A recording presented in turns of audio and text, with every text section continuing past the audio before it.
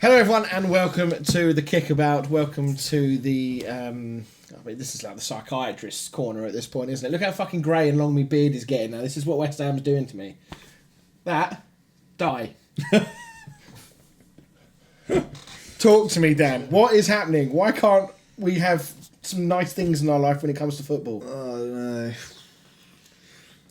know. First thing to talk about really, what I wanted to ask you is Amorim.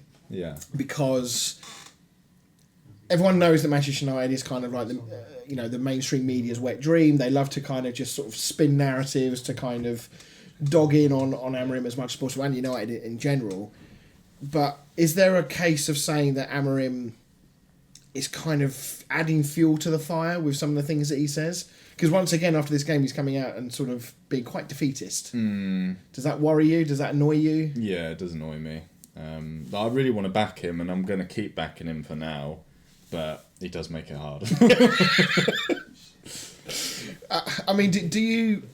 How long does this have to go on for? How long does this sort of like inconsistency have to go on for before, as a United fan, you're calling for a change? Not necessarily a change of manager, but a change in approach, a change in style, a change in tactics. Are you at that point, do you think?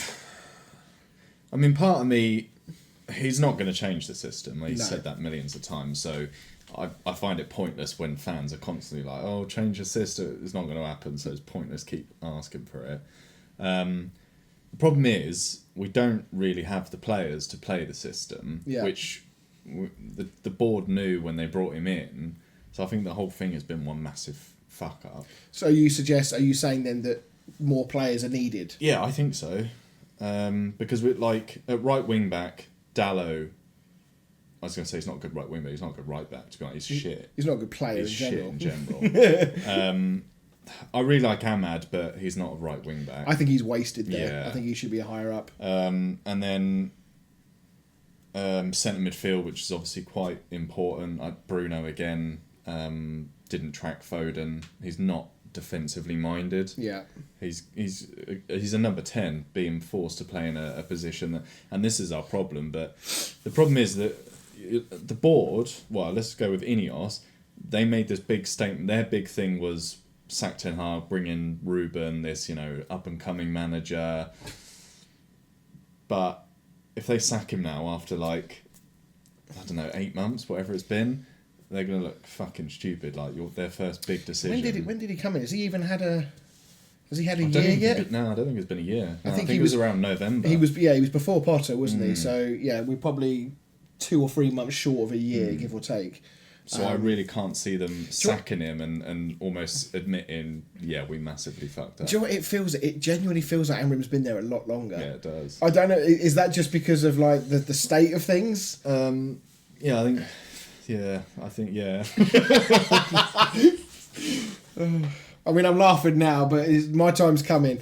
To me, it's square pegs, round holes at the moment with a lot of the players. Some good things have happened. Don't get me wrong. You've managed to shift off a lot of the players that you wanted to get rid of. They're not at the club anymore. But how much of the lack of when you talk about like the striking situation or the lack of goal situation, and I'm not singling out Sesko here, but you have created a lot of chances in games this season. Not necessarily maybe this game, because I thought you were quite poor in this one, but Amorim can't. It's not really on Amorim to put the ball in the back of the net when some of these chances they're missing, right? So I'm watching the games, and honestly, I'm literally screaming at my TV. We've got this massive 6'5" striker, and we're either not crossing the ball, or when we do cross, it hits the first man or goes to the other wing back on the far side. It's like, I mean, I play Saturday League football down the park, and I can fucking cross the ball into the box. So I don't understand why these players that are paid 300 grand a week can't. What did he say? I think he might be ripping on your knee. I could do it with my bloody ACL. Well, you walked up a bloody mountain with it, so I'm not surprised. So it pisses me off when I'm watching, and it's not just United players, but any professional footballer take a corner or a free kick and they hit the first man. Is there a danger, do you think, that obviously Højlund had a couple of years there, it obviously didn't work out for him. Yeah, and he scored and then he scored straight away for Napoli, yeah. You watch him turn up and batter Man City midweek as well. But is there a danger that Sesko is going to go down that same path? Yeah. Not because he's a bad player, but because the team just simply doesn't want to play to his strengths. He's a young player, and I think he's already admitted that the Premier League's a lot harder than he thought it was going to be. But I think as well, with him being young, and I think it can take its toll when you know every single game. Like he's played like 4 games, but this is the first time he's actually started. But obviously he could have probably done that against Grimsby, rather than starting him against Man City and hoping he does something. And obviously fans will start to be like, oh, this guy's a flop, and the newspapers straight away will be straight on it. Oh, another United striker that's not fucking scored. That's just boring. Yeah, I must admit, I look at Sesko, and obviously he wasn't great in this game, but I don't necessarily think that he should be being made a scapegoat. I couldn't pick one United player that has an average performance, let alone a good one. There's a lot of players in that team, and we've spoken about this on a previous video where Rashford used to kind of be the scapegoat, and now it's sort of more shifting towards Fernandes. It's like at some point the scapegoating needs to stop, and there needs to be like a collective, the whole group putting their hands up and saying, look, we're all not doing what we need to be doing here. We're not giving the manager what he needs. I mean, I feel like Amorim has a good rapport with the players. I don't think he's lost the dressing room or anything silly like that. Is it a case of that the players are just not tactically able or technically able to do the role that he's doing? Yeah, I think so. I think there's players being played out of position, like I mentioned. There's players that, because I mean, even in Burma, he's not a number 10. You could see he drifts out wide. He wants to play out on the wing. He wants to try and cut back in. And the problem is, if Amorim does get sacked, and we bring in another manager that likes to play 4-2-3-1 or 4-3-3, we've got rid of pretty much all of our wingers. Garnacho, Anthony, Sancho. I mean, I didn't like any of them, but we're left with, even Rashford. I mean, technically still a player, but I don't see him ever really coming back. I'm very, very unlikely. We're left with Mbermo, and I guess Ahmad. Yeah. I can't think of any other wingers at the club. I mean, outside of pushing Dorgu higher up the pitch, maybe. That's another one. I don't know if Dorgu's more of a, would he be winger or would he be a left back? Because I think he's a good wing back. I don't know which way he would go if we went back to a 4. Yeah. Obviously, I totally hear what you're saying, that even though it feels like it's been a lot longer than it has, sacking Amorim at this point would seem a little pointless, despite how bad things are or how bad seemingly things are. I mean, again, I think when you played Arsenal in that first game of the season, you did play well. You probably should have done more. Hope. The false hope, and it is the hope that kills you, as we always say.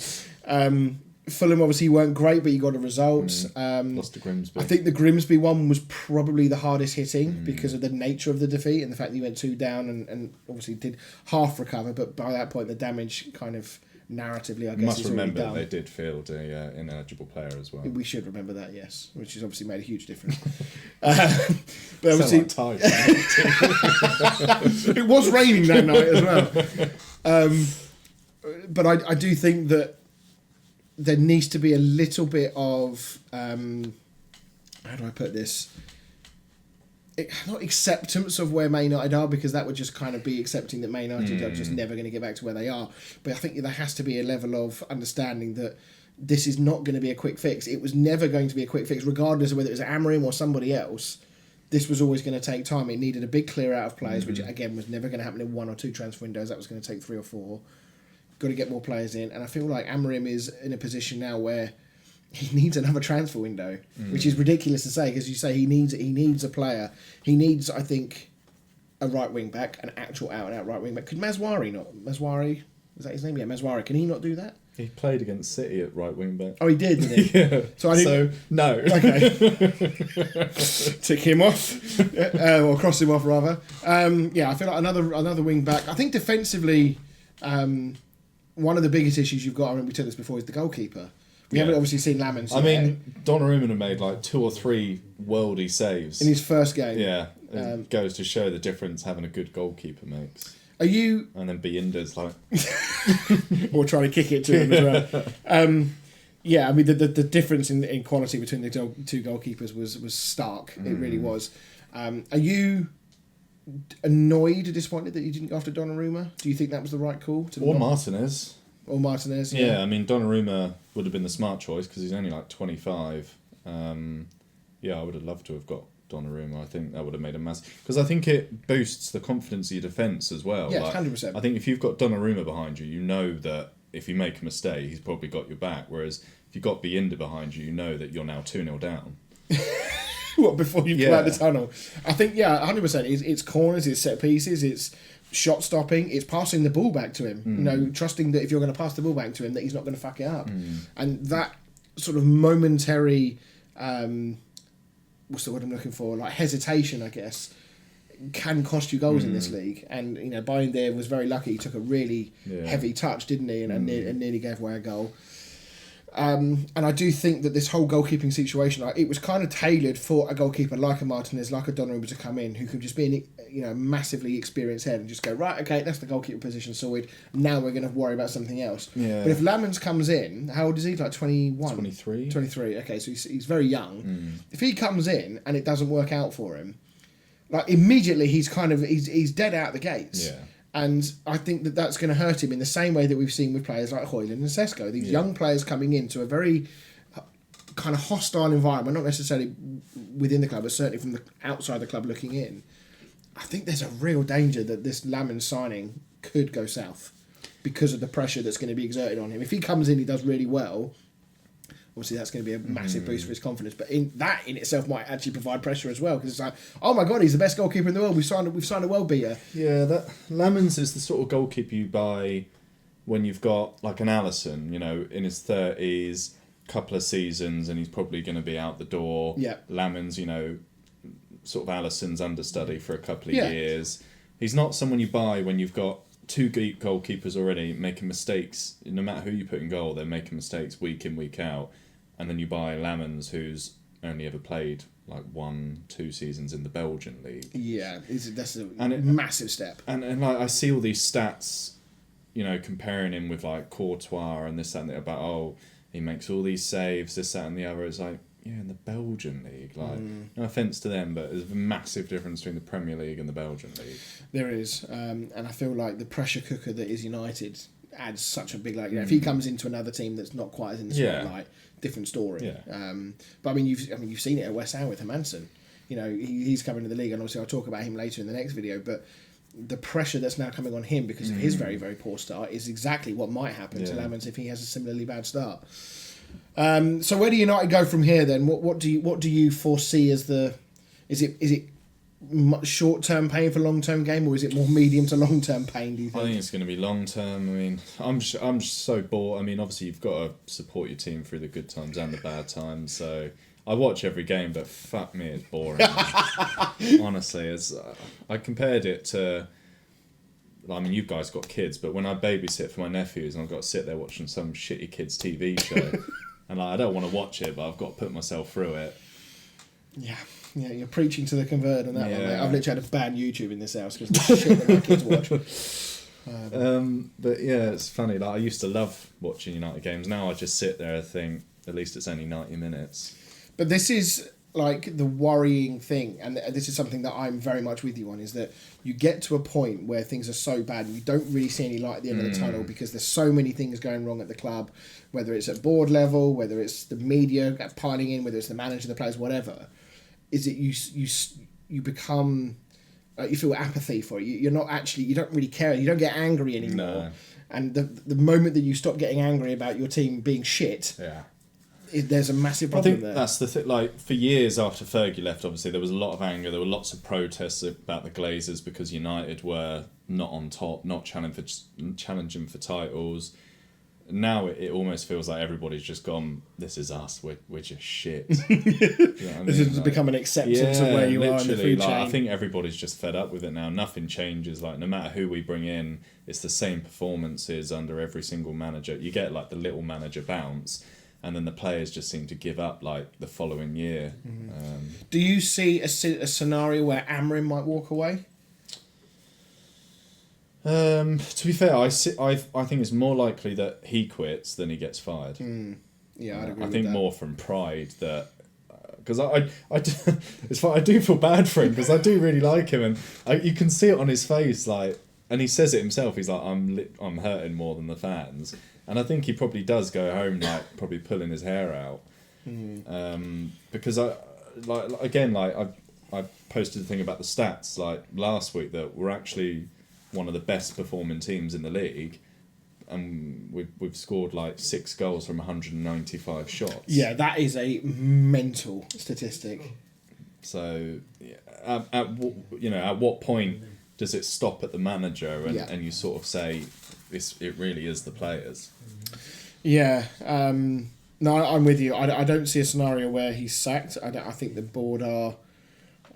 Because I do feel like Amorim hasn't lost the fans, or not, certainly not a large portion of them anyway. Even watching the City game, I heard the United fans more than the City fans, and they were singing the Ruben Amorim song. And we were like 2-0 down at that point. Yeah. I mean, are there any worries with you that he's not going to be able to find a key for the tactical side of this, in terms to sacrificing 1 or 2 players and saying, look, I've got too many players to play in this position, I'm going to go with these guys, these are going to be my number 10s, come hell or high water for the next dozen games, and then maybe I'll bring these guys in to see. Players like Mainu obviously wanted out in this window because he didn't think he was getting a fair crack at the whip. You've got Ahmad playing a bit out of position. Cunha, who's probably been the best of your new signings so far in terms to how he's played. Obviously was injured at the weekend. Would he have made a difference? Maybe. Well, what worries me is it's been with United for the last few seasons now that the games against like Fulham and Burnley, we really, really struggle. But when we play Liverpool, City, Arsenal, we perform like we're bloody... Well, I was going to say prime Barcelona, probably going way too far. we perform quite well. But what worries me is that game against City, like we did not turn up. We couldn't even get ourselves up for a Manchester derby. Like, how are we going to get ourselves up for Chelsea? And then we've got Chelsea, then Brentford, then fucking Liverpool at Anfield. Yeah, and let's be clear, like Man City were not, they didn't blow you away in this game. They barely got out of 6th gear. No, they were not. That Man City have been stumbling this season so far, and I feel like if United had really gone at them, they could have probably made a game out of that. And I think they made it very, very easy for City in that game. Yeah, it is worrying. Well, I don't know. Again, like you're taking. I've questioned Amorim on his substitutions sometimes. Yeah, like you're taking Lenny Yoro off to bring Maguire on, and then you're leaving Maguire as the lone centre back with Haaland up front. Yeah, well, I must admit, and I was driving back from Silverstone yesterday, and I was listening to the game on the radio, and then I heard him. I think there was Yoro and there was one other he brought off at the same time. I can't remember who it was. And when I heard the name Maguire coming in, I was like, "You're chasing I think they were 2 down at this point. You're chasing the game. Is this really a sub you want to be making when you're 2 down? If you are pushing up the pitch to try and get a goal back." The last thing you need is to be slow at the back for the counter-attack. Especially when we're not in Europe, we've been knocked out of the cup, we don't have any midweek games. Why are you not going for this? You can afford to play Lenny Yoro for 90 minutes. Yeah, absolutely. It's sort of like the youth football approach, isn't it? They're just sort of making a sub for the sake of it to give people game time. So, yeah, I don't know. There's a lot concerning at the moment, I'm sure, for United fans. Unfortunately, I suspect that this won't be the final time that we're both sat here together. Same time next week. So yes, well that's Dan's. I'm away. I'll get a fucking break. You got any spare seats on the phone? I'll be walking out to the sea. Be like that. What's the Kevin Costner? Is it Field of Dreams where he just walks out into the big field? You're not saying that. No, okay, well that reference is completely lost on you then. Anyway, that's going to do us for this Man United rant. Stick around, you'll see my West Ham rant as well. So thanks very much for watching. We'll see you then. See you later.